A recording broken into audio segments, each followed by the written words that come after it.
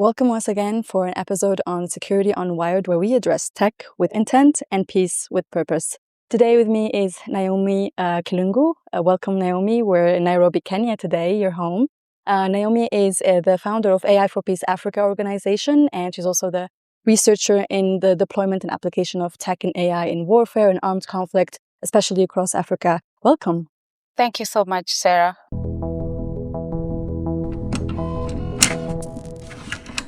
It's been really an honor to meet more people like you trying to produce knowledge and resource management for the good of addressing AI and tech in peace and security. We'll delve more into the resource production and knowledge management as well. But yeah, Naomi, you've come across a lot of experiences, case studies about this topic.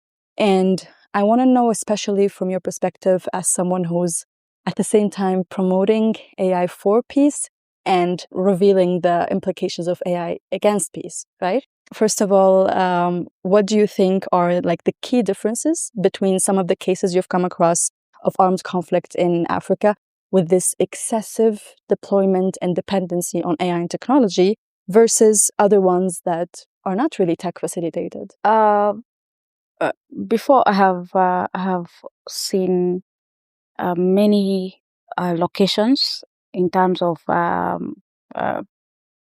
places in Africa, and especially the Horn of Africa, where the former use of mechanisms for armed conflicts by the governments and former state agencies or institutions have been quite slow in terms of catching up with the militia groups who have a lot of support when it comes to technology from external actors who are interested with other things in those particular locations, and especially the mineral invested areas like DRC, Sudan.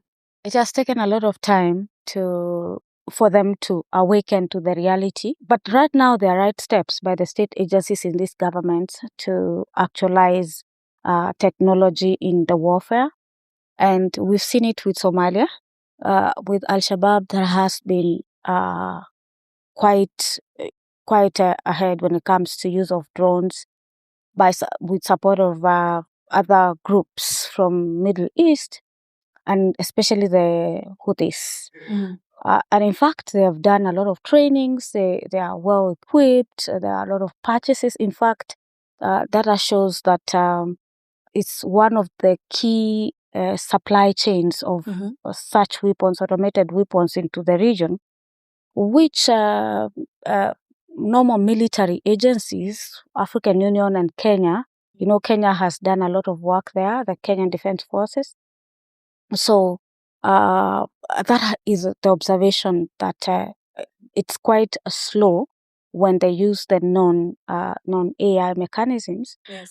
But now they are catching up, which means they have not done enough dealing with these particular groups. So it's more of an arms race with what group is group is doing what, and how fast you can develop, how fast you can invest. Yeah. And especially in trainings. So Sudan, Ethiopia has been doing well in terms of catching up. We've seen it even producing currently. In fact, Ethiopia has Artificial Intelligence Institute right now that is producing drones, but they've been the greatest purchasers of Chinese and Turkish drones in the region, and using it for militia to work against the militia groups. Though that has a disadvantage in terms of the responsibility of human life, and since we have a gap of governance in this particular area in African states. So the responsibility of life is what is the biggest challenge when the state agencies use automated weapons, and as opposed to militia groups, that would be criminal. Yeah. But for the state agencies, there's a responsibility to protect civilians who are, in most cases, like Ethiopia, are the victims of these particular weapons. But of course, it has an advantage of saving the number of troops that are on the ground, and in terms of preservation of life. Okay. Yeah. Yeah, for sure. I mean, I think with every innovation comes great responsibility, right? And like given that as we can see, there is a different proportion when it comes to who's more fast-paced in the arms race, whether the state actors, non-state actors, the ones that are supposed to protect, and the ones that are doing the offense. What do you think are like the main factors that make an actor rely on this technology? You know, besides the speed of it, besides the automation of it, why do you think in some conflicts we see in Africa, there is a lot of dependency on it, and on others, it's quite less? I mean, you've mentioned also the reliance on resources from China and Turkey. Do you think that's a key factor? Yes, it's one of the key factors, because right now there's it's a market boom for drones, especially drones and other automated weapons, small weapons in the region. And we've seen that in Sahel, Mali, but especially with the militia groups. The key factors that facilitate these particular situations would be if that region has resources, mineral resources, like DRC, like Sudan. Yes. And we have proxy wars where external actors can fight the war without having their boots on the ground. And this is quickly facilitated by these particular weapons. They can facilitate from afar and not be there. Not as before, that you had maybe other armies from other external actors coming to train militia groups or coming to train state actors, formal groups that deal with conflicts. But right now, it's your hand is far away, but you can influence the conflict indirectly and get whatever you need. If the proxy wars, if they're looking at minerals, if they're looking at influence, if they're looking at political influence in particular regions, it's easily done with that. But we can also say the boom for the market, because it's about economies. It's about who benefits with what and for what. Yeah. And speaking of like, for example, the use of technology by terrorist groups, you've mentioned the region of Sahel. We've seen a lot of examples in there, especially in Mali. And I know that, you know, we see that it's being used also for propaganda. Like it's not always just reliance on drones. It's also being used in like spreading disinformation campaigns. But do you think these applications of tech, especially like by terrorist groups, you know, obviously they are trying to resource through indirect channels, like you've mentioned. But how is it serving them if it's not drones and if it's not targeting? How are they using the technology for? For instance, if I can give you an example, we have Kenya has been at key forefront to fight Al-Shabaab, to make sure also Kenya is stable, because they have to be suppressed. And one of the things we've seen in time that Al-Shabaab has been able to recruit key tech experts, very good experts across the region, to facilitate technological kind of competition with formal agencies. So the agendas are very different when it comes to militia groups, and in terms of pushing the tech way of warfare against the state agency. But we can say from jihadism and all these things, terrorism aspects that they want, political influence. Like right now in Somalia, they've been able to take quite a big region in terms of acting like state agencies, like providing state services, because of absence of the state in those particular areas. So there's a lot of mixture when it comes to reasons why this is important. So I would say, even I'll give examples across all regions, but that is a particular example. Yes. That there are different reasons why these particular militia groups or agencies pursue certain ways of warfare and not the other. And when they don't have, they are at a disadvantage with the state government, with regional organizations like African Union that has AMISOM, that has troops in different areas, the UN, the Blue Helmets, and all these other agencies that have been trying to work on conflict areas. So they'll be at a disadvantage because it's an era of technology, it's an era of efficiency and effectiveness. So if that aspect of technology is not employed on either side, one side has to lose. And we have to push the formal agencies to be able to be ahead in terms of dealing with conflict. But we have an issue of external actors and their interests who may be more advanced than the African agencies and actors in this particular conflict, and may support the non-formal actors in technology, and that will be a disadvantage, and has been. It has been a disadvantage. Because some other external actors, like you mentioned, they see it as a business opportunity. Yes. So if it's business only, then sometimes they don't care if the other party is a state actor or non-state actor, formal agency or not. So unfortunately, that is the case. And you have mentioned something about recruitment and linking back to what you mentioned about the supply chain. So the recruitment of tech experts that facilitate this modern armed conflict in Africa, they have, at some point, they have access, like AI now is accessible to a lot of people, right? Yes. But once that technology gets into the supply chain of war, it also serves for recruiting further militia, So spreading certain propaganda using AI. So there's like a whole recruitment supply chain.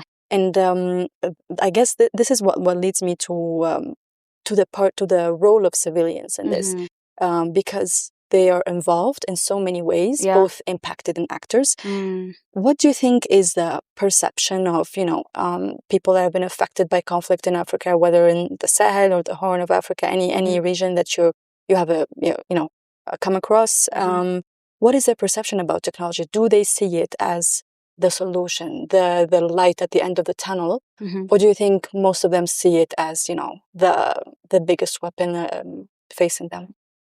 When you talk about civilians, and especially those in conflict areas in Africa, most of them, the biggest disadvantage we have is literacy levels. And technology, when discussed with in such context, may not make sense. So it may not make sense. Even if, for instance, you go with a gadget that may help maybe refugee women in Goma, in DRC, it may take a lot of time to convince them, because the literacy levels of understanding where the world is, the literacy levels are a bit low. So the understanding aspect of the role of technology in warfare is quite, it may not make sense. But when we talk about civilians that may support peace processes in these particular areas, it could work. It could have a good reception. And especially, for instance, when we talk about Kenyan youth, let me use Kenyan youth, let me use Ethiopian youth, Gen Zs. And these are high consumers and users of generative AI. And it has a lot of influence. So if it is channeled into the right direction, for instance, what we are doing right now, and we are beginning a very good initiative in January 2026 with many countries that are getting into elections, just campaigning for use of technology, generative AI for peace, just pushing peace out there, other than disinformation, misinformation, all this propaganda and the negative narrative. And see, what can it do? Because I know that can disadvantage the external actors that poke into these political spaces to influence leadership in African countries. The technology aspect, I think, is a very good and welcomed a concept in Africa, especially among the youth. And civilians that may not be affected. Yes. But let's say some of these civilians that are in conflict areas, a few of them, a small percentage, may understand the effect of technology and how it can protect them, how it can be used to save their lives and bring a peace in processes of peace building and post-conflict reconstruction, and do preventive, like conflict early warnings mechanism. Yeah, so maybe a smaller percentage could understand, but a greater percentage that would understand the effects of technology will be those outside that have access, because also there is a very big gap when it comes to technological access among those people that are in conflict areas and those that are not. So the access of technology, mobile phones, usage, internet is very difficult. So that influences how they perceive technology as an influence in those areas. Yeah, of course. Yeah. Digital literacy and accessibility, two key factors on the perception of civilians for technology. Actually, the reason I asked this question is because, speaking of accessibility to technology, we see sometimes that, there's like these commercial drones, for example. They are available on retailers, online, on websites that anyone with at least internet connection can have access to. And these drones are sometimes, for example, they have a very short flight duration from 30 minutes to 1 hour. Yeah. It's like they're disposable drones, but they're also disposable weapons, right? Yeah. So when someone sees them, they're available on a retail website, they think it's harmless. But you never know who. Once it's in the wrong hands, it could lead to catastrophe, really. And this has been the case, unfortunately, with the over accessibility of these and the misuse. Digital literacy has a part of it if people don't know how to use technology. And thank you so much for highlighting the digital literacy factor in all of this. And speaking of that, if this perception is highly reliant on these factors, how do you think or what are the key implications that you've discovered in your research and your experience with AI for Peace Africa that have affected civilians and affected them as not the consumers of the actual technology, but the people that have been subject to it, whether through surveillance, targeting, being exposed to these disinformation campaigns? How does it really impact them exactly? The impacts of technology, and especially because Africa is a large consumer of technology other than builder of technology, the effects have been extremely on the other side, negative side than the positive. But positive maybe in business kind, for those that want to leverage it on business and efficiency. But when it comes to peace and security, it has more negative connotations because when you look, for instance, when we talk about the RSF conflict in Sudan, and RSF, SAF, and other militia groups there. And when we saw a lot of information that came up from TikTok, came up from all social media handles on RSF atrocities in the region. And later on, when I started doing a bit of my research, we realized some of the images, not all of them, some of the images were AI generated, because you can use Midjourney AI to just you post an example, then you generate almost a similar image, or you tweak it to look in a certain way and make it go viral. Okay. So, and all of a sudden we woke up one day and it was all Sudan across the world. And that shows things to do with algorithms. So what made the content like a pop-up on every platform and on every area across the region? Because content is pushed.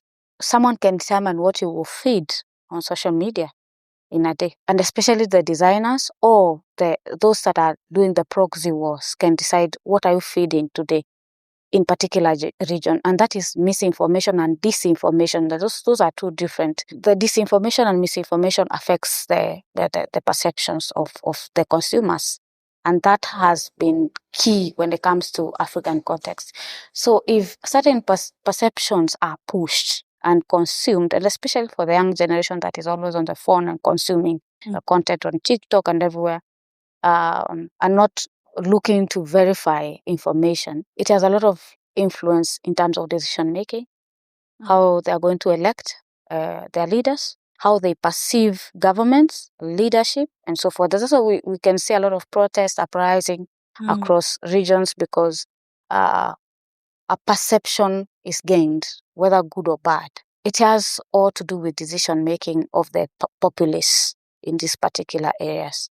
And that's why the African people should be quite keen. Also, governance of the state agencies must govern AI. For instance, what you were saying about drones, some countries have been able to put mechanisms of licensing that you cannot fly drones, whatever kind of drone, without a license, which is a protective mechanism, which should be adopted across regions, because if anyone can fly drones, then we are at risk. And we will always go back to something called governance, AI governance, which has not been given a lot of attention. So it's a very prime time to have a discussion on AI governance in Africa, whatever form, and especially if it has to influence the peace and security of that particular state. So leaders, political leaders, and especially the political leaders that when we talk about political leaders, we're talking about political will. Most of the time, it has the biggest impact when it comes to policy making and governance. There must be will to embrace control mechanisms and guardrails to safeguard communities from more harm and even content consuming. Like we've seen China control what people consume. Also a mechanism of what the state agencies can borrow from China. Yeah, I thank you for spotting the light on the state agency's role in this. It's not just the consumer's responsibility to distinguish what is the good content, real content, fake content. State actors and agencies are also responsible. And what I see in Africa so far is that there have been some national strategies adopted for AI, but unfortunately, because they know that the majority population groups in Africa is youth, and youth's key concern usually in Africa is employment opportunities and empowerment and economic empowerment. Most of the AI national strategy mechanisms are focused on businesses, consumer-based policies that are not specific for peace and security intersections. But youth are a key element in peace and security. You can't provide economic empowerment without peace and security as well. So thank you for mentioning the responsibility of state actors and agencies for AI governance. Hopefully we'll reach that point one day. I think there is always, we try to balance from risk mitigation to also a solution-oriented approach. So speaking of solution-oriented approach, I want to know from your perspective, of course, how can we as a community of both, researchers, AI policy contributors, consumers as well, like you said, how can we contribute to a balanced approach of resilience to tech that is not safe for us, but also promoting tech that is useful for peace? One of the ways that, especially researchers, one of the ways they can promote use of technology for good is to do research, more and more research, because the more you do research, you're putting information out there that is authentic, that is verified, that has evidence in terms of what is right and what is wrong.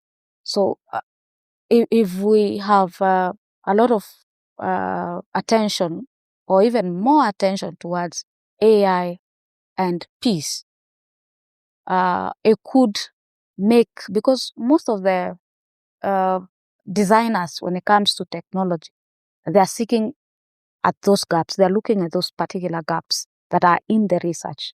So if we do research and able to find gaps, then our own technological experts or innovators that are able to find gaps within those areas are able to create models, design solutions that are good for Africa.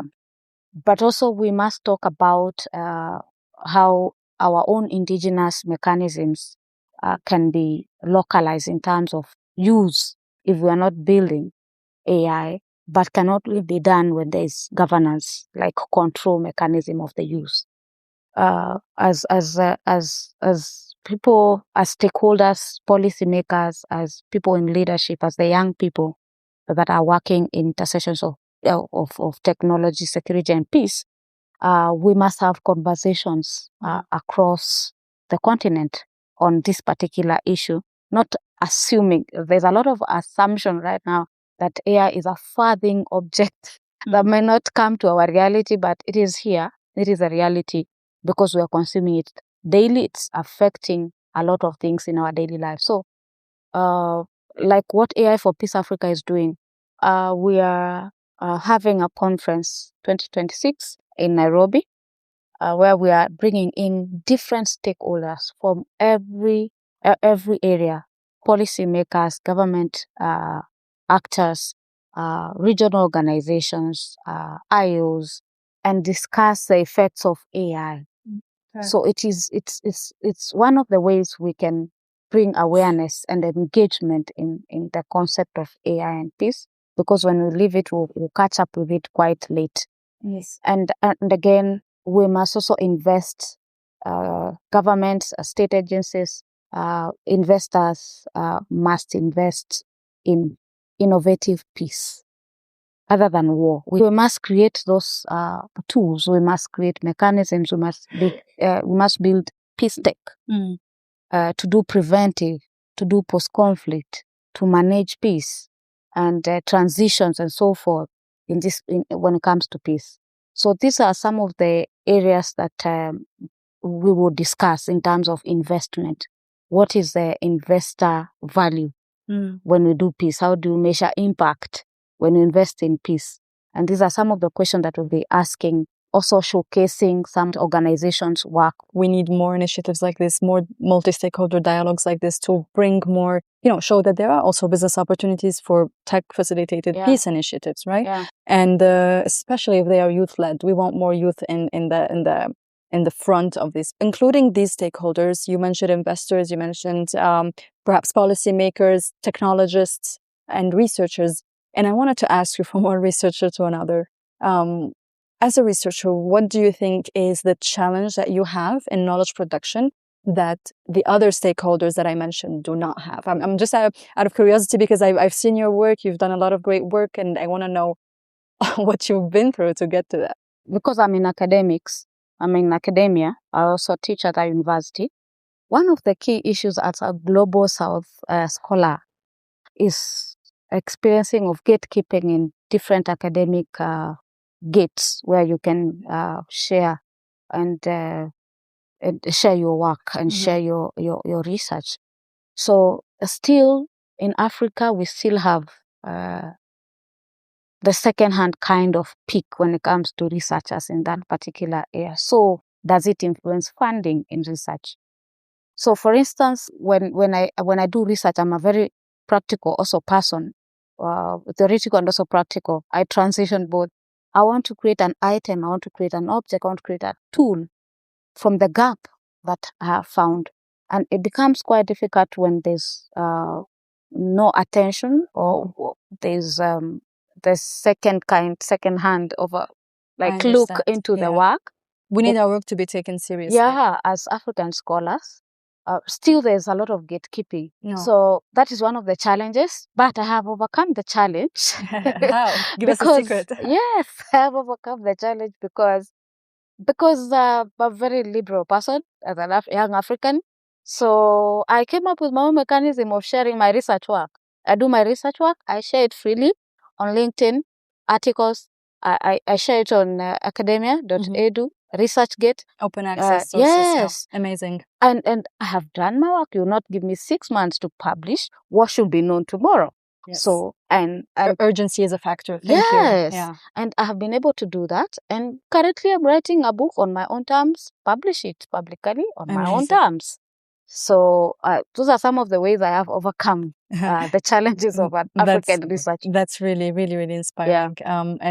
I think for sure our listeners are going to take some of your pro tips, and hopefully we try to not only develop our own mechanisms for dissemination, but also our own mechanisms for research methodology. Something I've been trying myself to slowly adopt.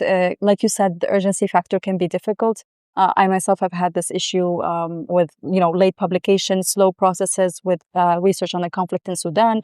And you could see how, things evolve very quickly. I want to know if you have any last remarks that you want to give to people, to technologists that are interested in producing, peace promoting solutions in AI, but are not sure where to start, maybe, particularly in Africa, because I know, many of us are afraid of the computing costs and other, other resources that we don't usually have as easy access to as other Western countries.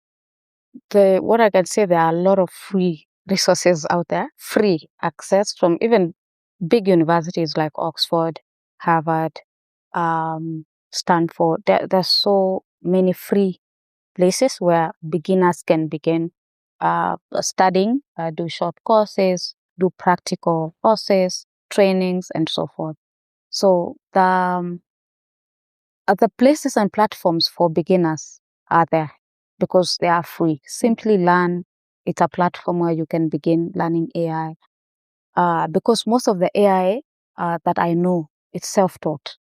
So, but from everything up to programming, up to all those things, are self-taught. So, and we have very many young people right now because of joblessness that have gone into computing and have been able to get good skills. Most of the key engineers we have, for instance, young people in Africa, are school dropouts. Even the key technological designers and company owners across the world may not have gone to school, maybe self-trained. So mostly you can do self-training and escape the cost, but also which is good. You can advance yourself in that way. But also there's also another aspect. If you're able to go to school, formal school, I would also encourage that, because most of key organizations that want to work with you, IOs and regional organizations, state agencies, would like to have formal engagement in terms of educational background. Yeah, so it may be useful. But I think we should move to, as a continent, we should move to the skill-based, competency-based kind of recruitment, kind of engagement in this particular space, because we are running against time here. Absolutely, and all roads lead to Rome. I mean, we have to try every way we can.